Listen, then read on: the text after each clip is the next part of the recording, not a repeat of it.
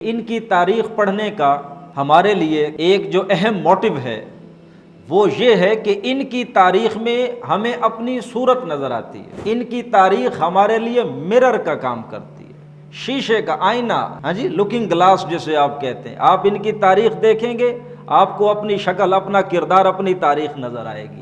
کیوں بھائی؟ وہ حدیث پھر سے اپنے ذہن میں اسے فریش کر لیں۔ اللہ کے رسول نے فرمایا صلی اللہ علیہ وسلم، لَيَأْتِيَنَّ عَلَىٰ أُمَّتِي مَا أَتَىٰ عَلَىٰ بَنِي اسرائیل۔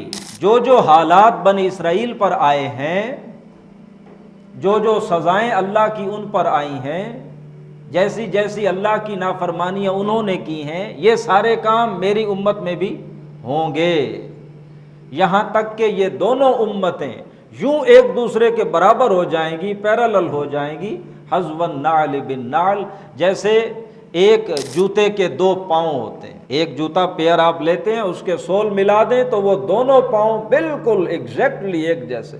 کیسی بلیغ تشبیہ ہے، ہاں جی، جو اللہ کے رسول صلی اللہ علیہ وسلم نے ان دونوں قوموں کے برابر ہونے کے لیے